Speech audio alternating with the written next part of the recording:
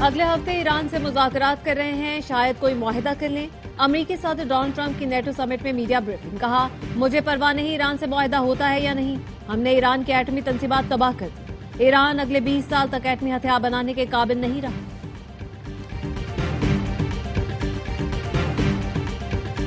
Donald Trump کی پھر field marshal Asim Munir کی تعریف، کہا پاکستانی آرمی چیف انتہائی متاثر کن شخصیت کے مالک ہیں، گزشتہ ہفتے فیلڈ مارشل عاصم منیر سے میری ملاقات ہوئی، ان سے کافی متاثر ہوا۔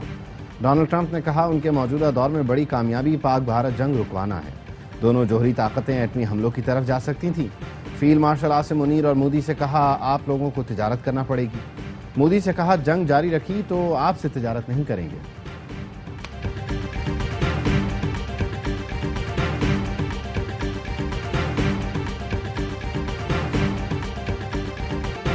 اور سعودی عرب میں محرم الحرام کا چاند نظر آ گیا، نئے اسلامی سال 1447 ہجری کے آغاز پر غلاف کعبہ تبدیل کیا جائے گا۔ اور ہم نے بھارت کے 6 جہاز مار گرائے، کامیابیوں پر فخر ہے، جنگ کے دوران پاکستان کی کارکردگی بہترین رہی۔ بلاول بھٹو کا انٹرویو، کہا ہمارے آرمی چیف امریکہ کے دورے کرتے رہتے ہیں، فیلڈ مارشل کا حالیہ دورہ بھی پہلے سے طے تھا۔ ایران کی ایٹمی تنصیبات مکمل تباہ نہیں ہوئی، امریکی میڈیا کا دعویٰ۔ CNN نے امریکی انٹیلیجنس کے حوالے سے خبر دی کہ ایران کے جوہری پروگرام کو زیادہ نقصان نہیں پہنچا، پروگرام چند ماہ پیچھے ہٹا۔ ٹرمپ انتظامیہ خبروں پر سیخ پا، امریکی وزیر دفاع نے کہا میڈیا جعلی خبروں سے صدر ٹرمپ کو نقصان پہنچانے کی کوشش کر رہا ہے، لیک انٹیلیجنس رپورٹ کو سیاسی ہتھیار بنایا جا رہا ہے، میڈیا ایران پر امریکی حملوں کی غلط تشہیر، حقیقت چھپا کر سیاسی کھیل کھیل رہا ہے۔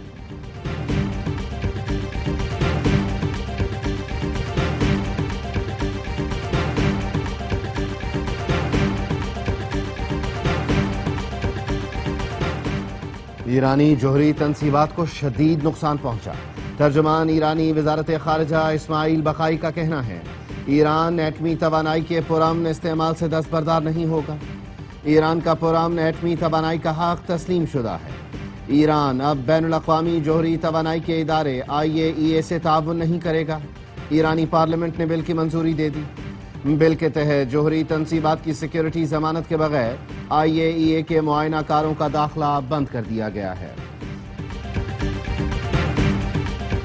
جنگ کے آخری دنوں میں اسرائیل کو بڑی مار پڑی، صدر ٹرمپ نے اعتراف کر لیا، کہا ایران کے بیلسٹک میزائلوں نے اسرائیل میں تباہی مچائی، متعدد عمارتوں کو تباہ کر دیا، ایران مقابلے میں زبردست رہا۔ نیٹو سمٹ کے دوران گفتگو، کہا جنگ بندی ایران سمیت سب کے لیے بڑی کامیابی ہے، ایران ایسا ملک ہے جس کے پاس تیل ہے، ایرانی بہت سمارٹ ہے، جلد بحالی کر لیں گے، ایران طویل عرصے تک ویسے بم نہیں بنا سکے گا۔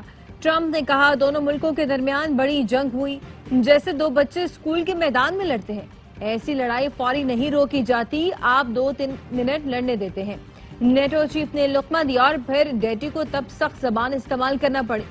ٹرمپ نے کہا ہاں کبھی کبھار آپ کو مخصوص الفاظ بھی استعمال کرنا پڑتے ہیں۔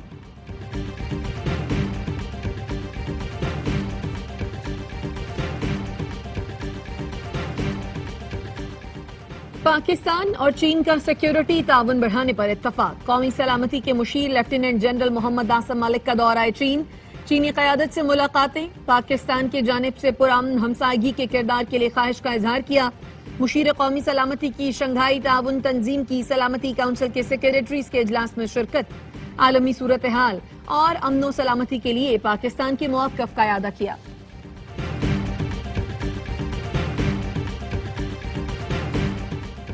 شہید میجر سید معیز عباس کی نماز جنازہ ادا کر دی گئی، فیلڈ مارشل سید عاصم منیر، وفاقی وزیر داخلہ محسن نقوی اور اعلیٰ فوجی حکام کی شرکت۔ فیلڈ مارشل سید عاصم منیر نے کہا میجر سید معیز عباس بہادری سے لڑتے ہوئے شہید ہوئے، فرض کی ادائیگی کے دوران اپنی جان قربان کی، پوری قوم لواحقین کے ساتھ کھڑی ہے، ہم شہداء کے قرضدار ہیں، شہداء کا خون قوم کے استحکام کی بنیاد ہے۔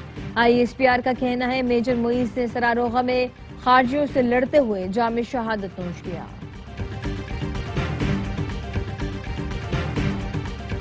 کراچی اور پنجاب سے بھارتی خفیہ ایجنسی را کے 10 کارندے گرفتار، پنجاب کے مختلف اضلاع سے را کے 6 سہولت کاروں کو پکڑا، ایڈیشنل آئی جی آپریشنز شہزادہ سلطان کہتے ہیں آپریشن یلغار میں بہاولپور میں دبئی سے فنڈنگ کرنے والا را کا سہولت کار رنگے ہاتھوں پکڑا۔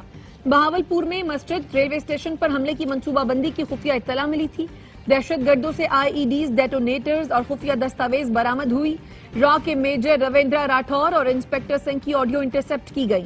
کراچی کے علاقہ قائد آباد سے بھارتی خفیہ ایجنسی را کے 4 مبینہ ایجنٹس گرفتار۔ وائرلیس سیٹ، دستی بم، دھماکہ خیز مواد اور ہتھیار برآمد۔ ملزمان سے حساس مقامات کی تصویریں بھی ملی۔ پولیس کا کہنا ہے ملزمان کا تعلق سجاول کے علاقے جاتی سے ہے، جن کا رابطہ بی ایس ایف کے کرنل سے تھا۔ گرفتار را ایجنٹس کے خلاف سنگین دفعات کے تحت مقدمہ درج۔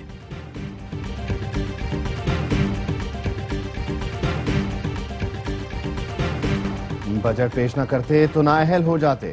مخالفین چاہتے تھے بجٹ پاس نہ کریں، گورنر راج لگ جائے۔ وزیر اعلیٰ خیبر پختونخوا کا کہنا ہے بانی نہیں چاہتے کہ حکومت ختم کر دو، مائنس بانی کی بات وہ سوچے جو ان کے وارث ہیں، میرے بارے میں یہ بات کرنا بالکل بے وقوفی ہے۔ وزیر اعلیٰ خیبر پختونخوا کا بانی پی ٹی آئی سے ملاقات کے لیے سپریم کورٹ سے رجوع۔ علی امین گنڈاپور جسٹس منصور علی شاہ کی عدالت میں پیش۔ جسٹس منصور نے چیف جسٹس اور رجسٹرار سے رجوع کرنے کی ہدایت کر دی۔ کہا آپ نے غلط دروازہ کھٹکھٹایا ہے، جوڈیشل سائٹ پر ہم کچھ نہیں کر سکتے۔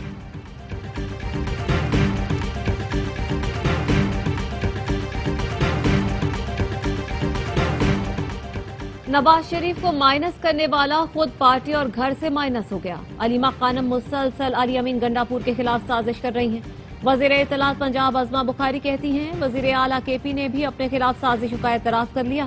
علی امین نے بطور وزیر اعلیٰ بجٹ منظور کرایا، ورنہ گھر جانا طے تھا۔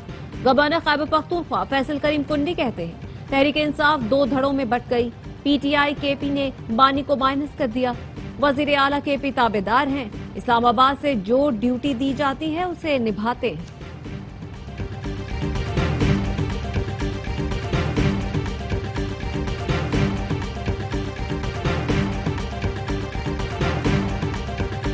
گورنر سندھ نے ہائی کورٹ کا فیصلہ سپریم کورٹ میں چیلنج کر دیا۔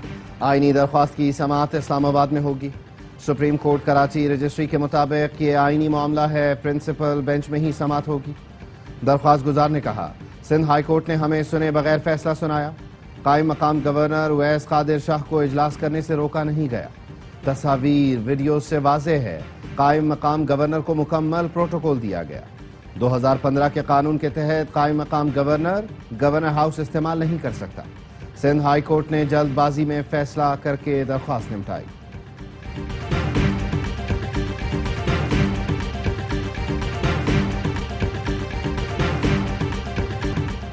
بجٹ میں عوام کو ریلیف دیا گیا۔ ایف بی آر میں اصلاحات سے ٹیکس چوری اور کرپشن کا خاتمہ یقینی بنایا جا رہا ہے۔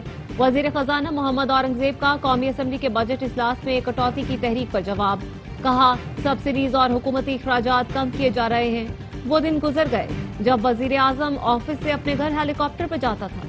حکومت ہر معاملے میں شفافیت پر یقین رکھتی ہے، اس لیے کمپیوٹرائزڈ نظام لایا جا رہا ہے۔ وزیر خزانہ محمد اورنگزیب اور امریکی سیکرٹری تجارت کی ورچوئل میٹنگ۔ تجارتی مذاکرات آئندہ ہفتے تک خوش اسلوبی سے مکمل کرنے کا عزم۔ تکنیکی سطح کے مذاکرات آئندہ ہفتے مکمل ہونے کا امکان۔ عالمی بینک نے پاکستان میں 2 منصوبوں کے لیے $194 ملین کی منظوری دے دی۔ رقم بلوچستان میں تعلیمی نظام میں بہتری اور پانی کی فراہمی کے لیے خرچ ہوگی۔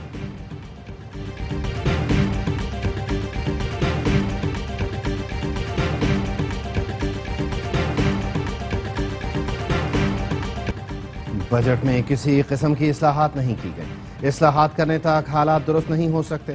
حکومت اپنے اخراجات میں کمی نہیں کرے گی تو ریلیف کیسے ملے گا؟ عوام پاکستان پارٹی کے رہنما شاہد خاقان عباسی کی پریس کانفرنس۔ کہا پی ٹی آئی دور میں چینی 45 روپے سے 100 روپے پر چلی گئی، پھر ہم نے چینی ایکسپورٹ کی تو قیمت 130 روپے تھی، اب 7.5 لاکھ ٹن چینی امپورٹ کر رہے ہیں تو قیمت 210 روپے ہوگی۔ مفتاح اسماعیل نے کہا جب اپنی تنخواہیں بڑھانے کی بات ہو تو آئی ایم ایف کی نہیں سنتے، لوگوں پر ٹیکس لگانا ہو تو آئی ایم ایف کا نام لے دیتے ہیں۔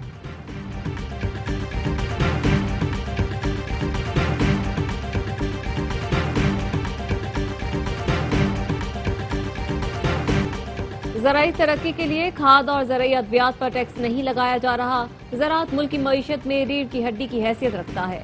زرعی شعبے میں پائیدار اصلاحات سے معیشت کو مزید فروغ ملے گا۔ وزیر اعظم شہباز شریف کا زرعی شعبے کی ترقی سے متعلق جائزہ اجلاس میں خطاب۔ کہا، اصلاحات سے فی ایکڑ پیداوار میں خاطر خواہ اضافہ ہوگا، پیداواری لاگت میں کمی آئے گی۔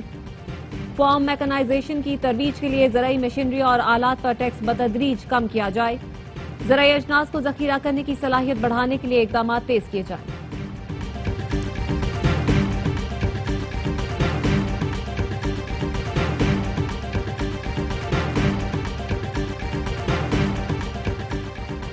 بجٹ میں تعلیم، صحت اور ترقی کے لیے ریکارڈ فنڈز مختص کیے۔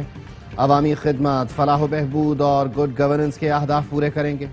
وزیر اعلیٰ مریم نواز کی اسپیکر پنجاب اسمبلی سے ملاقات میں گفتگو۔ کہا، مسلم لیگ نون عوام کی جماعت ہے، طلباء کو لیپ ٹاپ اور اسکالرشپس دینا احسان نہیں، حق ادا کر رہے ہیں۔ 1 سال میں بھرپور عوامی خدمت کی یہ کاوشیں جاری رکھیں گے۔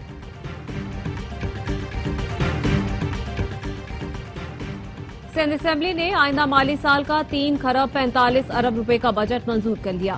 نئے مالی سال کے لیے تمام گرانٹس منظور، 6 محصولات ختم، پروفیشنل ٹیکس کی منسوخی سے عوام کو 5 ارب کا ریلیف ملے گا۔ سندھ کے بجٹ کا حجم گزشتہ سال کے مقابلے میں 12.9% زیادہ ہے۔ کراچی میں کروڑ پتی گھریلو ملازمہ کے لگژری لائف سٹائل کا انکشاف۔ ماسی ذاتی ڈرائیور کے ساتھ شاپنگ مالز میں آؤٹنگ پر بھی جاتی تھی۔ نامعلوم فون کال نے لگژری لائف گزارنے والی ملازمہ کو پکڑوا دیا۔ کلفٹن انویسٹیگیشن پولیس نے کروڑ پتی گھریلو ملازمہ کی ایک اور گاڑی برآمد کر لی۔ کارروائی گرفتار ملزمہ کے بیٹے کی نشاندہی پر کی گئی۔ ملازمہ شہناز کی خریدی گئی 3 قیمتی گاڑیاں بھی برآمد۔ بلاول بھٹو سے برطانوی ہائی کمشنر جین میریٹ کی ملاقات، 2 طرفہ تعلقات کے فروغ پر گفتگو۔ دونوں ملکوں میں تجارتی استحکام بڑھانے پر اتفاق کیا گیا۔ برطانوی ہائی کمشنر جین میریٹ نے بلاول بھٹو کے دورہ برطانیہ کو سراہا۔ ملاقات میں خاتون اول آصفہ بھٹو اور ہنا ربانی کھر بھی موجود تھے۔ ابوظہبی میں پاک UAE مشترکہ وزارتی کمیشن کا اجلاس۔ پاکستان اور متحدہ عرب امارات کے درمیان ویزا پالیسی سے متعلق اہم معاہدہ طے پا گیا۔ سفارتی اور سرکاری پاسپورٹ ہولڈرز کو ویزا استثناء کے معاہدے پر دستخط۔ نائب وزیر اعظم اسحاق ڈار کہتے ہیں، 12 سال کے وقفے سے ہونے والا اجلاس انتہائی مثبت اور تعمیری رہا۔ یہ معاہدہ تعلقات کی مزید مضبوطی اور ادارہ جاتی تعاون گہرا کرنے کے عزم کا عکاس ہے۔ ملک میں مانسون بارشوں کا آغاز۔ اسلام آباد، راولپنڈی اور اطراف میں صبح سویرے بادل برس پڑے۔ مری، گلیات، ایبٹ آباد، سوات اور ہری پور میں بھی بارش۔ بھمبر میں موسلادھار بارش سے ندی نالوں میں طغیانی۔ گلگت بلتستان میں بھی 2 جولائی تک بارش کی پیش گوئی۔ ہنزا کی عطاباد جھیل نالے میں سیلابی ریلے سے تباہی۔ جھیل کے ساتھ قائم معروف ہوٹل سیلاب کی زد میں آ گیا۔ ہوٹل سے سیاحوں کو محفوظ مقام پر منتقل کر دیا گیا۔ ضلعی انتظامیہ کے مطابق سیلابی ریلے سے ہوٹل کی باؤنڈری وال کو نقصان پہنچا۔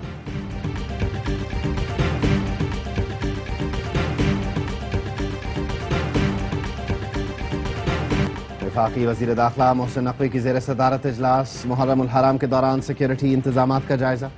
محسن نقوی کا کہنا تھا، جلوسوں اور مجالس کی نگرانی کے لیے جدید ٹیکنالوجی استعمال کی جائے گی۔ ملک دشمن عناصر کے مذموم عزائم ناکام بنانے کے لیے فول پروف سیکیورٹی یقینی بنائی جائے۔ وزیر داخلہ کی تمام طبقات سے محرم الحرام کے دوران فرقہ وارانہ ہم آہنگی یقینی بنانے کی اپیل۔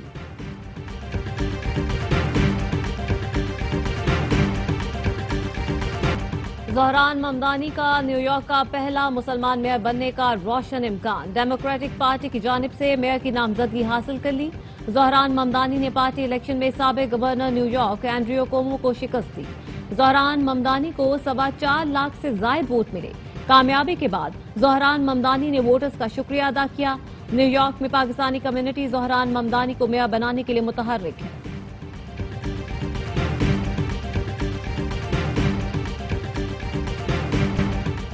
بنگلہ دیش اور پاکستان کی T20 سیریز کے شیڈیول کا اعلان۔ قومی ٹیم 16 جولائی کو بنگلہ دیش روانہ ہوگی۔ 3 میچوں کی سیریز کا آغاز 20 جولائی سے ہوگا۔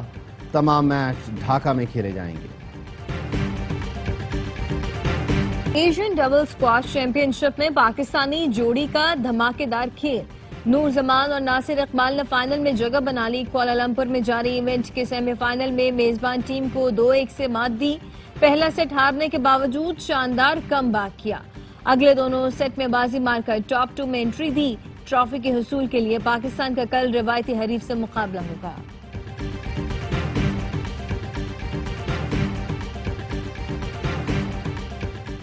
پاکستان ہاکی ٹیم کو پرو لیگ میں شرکت کے لیے گرین سگنل مل گیا. انٹرنیشنل ہاکی فیڈریشن کا پی ایچ ایف سے رابطہ.